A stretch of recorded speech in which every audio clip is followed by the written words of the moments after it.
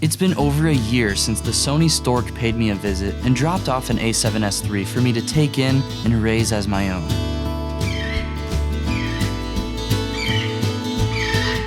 As with any child, learning to love a camera comes with challenges.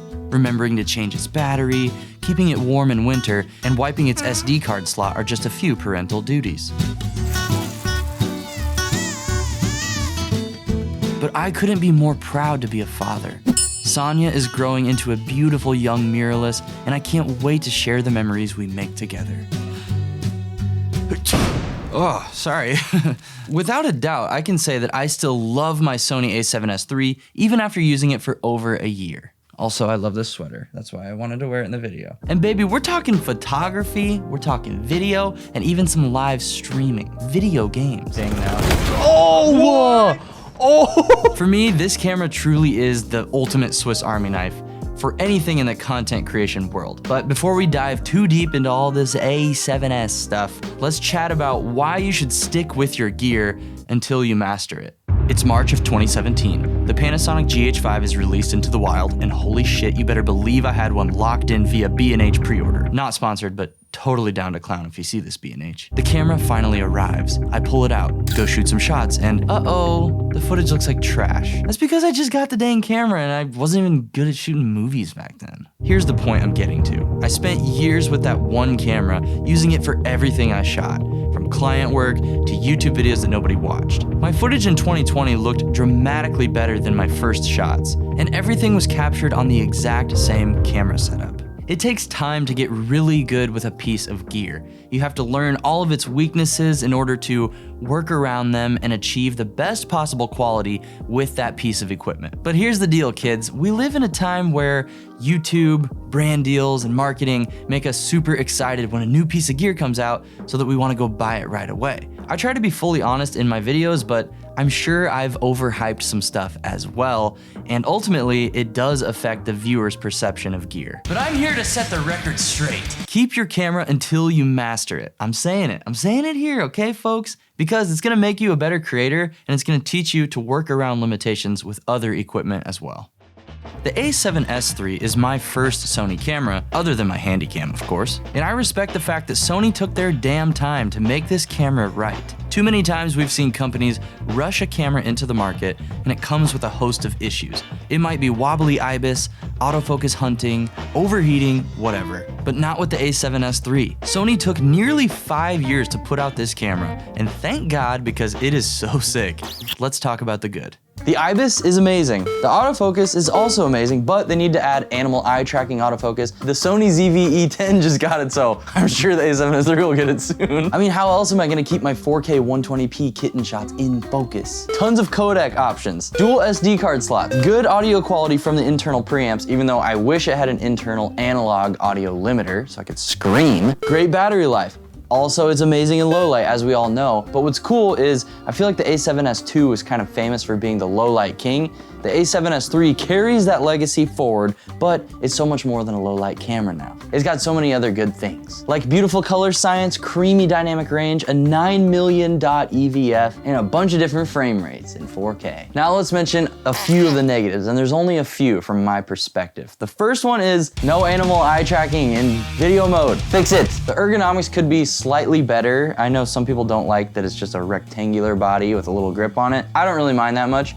But the one thing that bugs me like crazy is the menu button should not be on the top left side of the EVF. It should be on the right, where your right thumb is, so when you're holding the camera, you don't have to use two hands to get through the menus. It should just be on the right side. So we're gonna need that in the A7S IV. And then we have to talk about this middle gray zone, the 12 megapixel sensor. This is a good thing because apparently it makes low light cameras better. The reason it kind of is a negative thing is because your photos are a lot lower resolution. However, I don't really print my photos or anything, and even just going out and doing street photography sessions, 12 megapixels has been more than enough for me. Thus, it sits within the gray zone. Which brings us to the competition. I think the most obvious competitor to the A7S III is the FX3. What? You thought I was gonna say the R5, you dingus? It's the FX3. We will talk about the R5 in a second, but when I'm talking about camera competition, I'm mostly just memeing around. If you are genuinely loyal to one camera brand, and they aren't paying you? Hey, man. Oh, hey. What kind of camera are you shooting with? Oh, this is the Canon T1i Mark II. Yeah, why do you ask?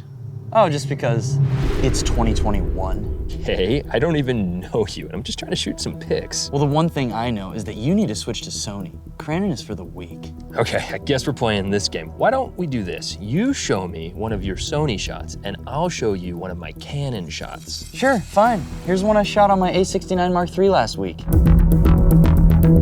Oh my God, what is that? Shut up. Now show me your photo. Okay, here we go.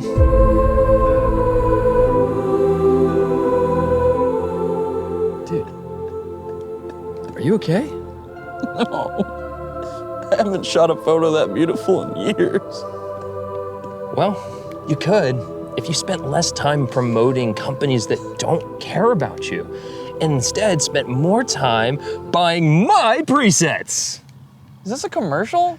Yes, it is. Hi, I'm Nate Zuck, and for 3 easy payments of $99.99, your photos could not look like this. Just call 629-649-6969 to talk to our agent, Ken, and he'll determine whether or not you deserve this. What were we talking about again?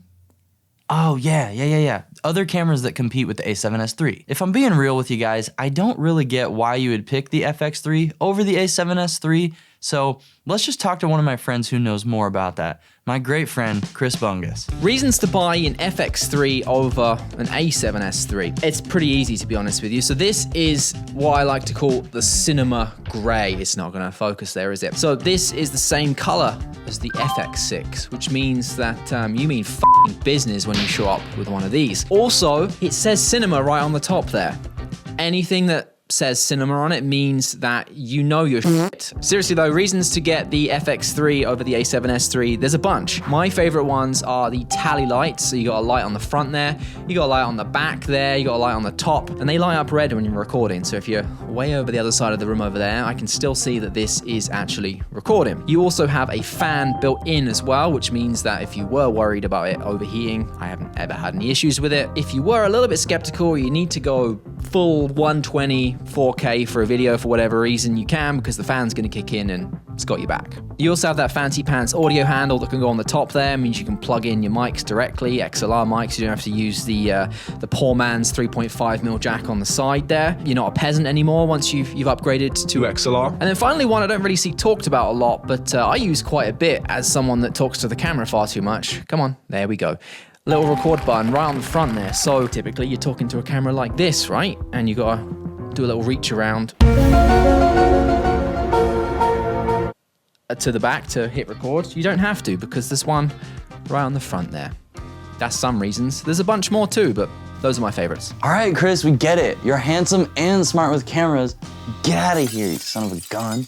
Now, what about Canon? Well, I did make an entire comparison video between the A7S III and the R5, and spoiler alert, they're both super freaking good, and it kind of just comes down to which one you prefer, maybe which lenses you already have, I don't know. But either way, you need to stop arguing about it or you're not invited to camera camp next year. Here's what I think. This camera is good. So good, in fact, that I have a lot of room to grow in my skills before I master it. The A7S III is a solid tool. And no, not like your friend from high school. I'm saying it's like a saw, a drill, a hammer, and a jackknife all built into one unit. If you've been trying to decide on whether or not you should get this camera, I absolutely recommend it, as long as it's a smart purchasing decision for you. If you subscribe, you'll be automatically enrolled in my camera camp next year. It's free. Join the Zachy Mayfam Discord server to make some internet friends. Follow me on Instagram, and like this video, because today and today only, 1 like equals 1 free set of Nathan's preset packs. And please text me when you get home so I know you're safe. I care about you. I'll see you in the next video.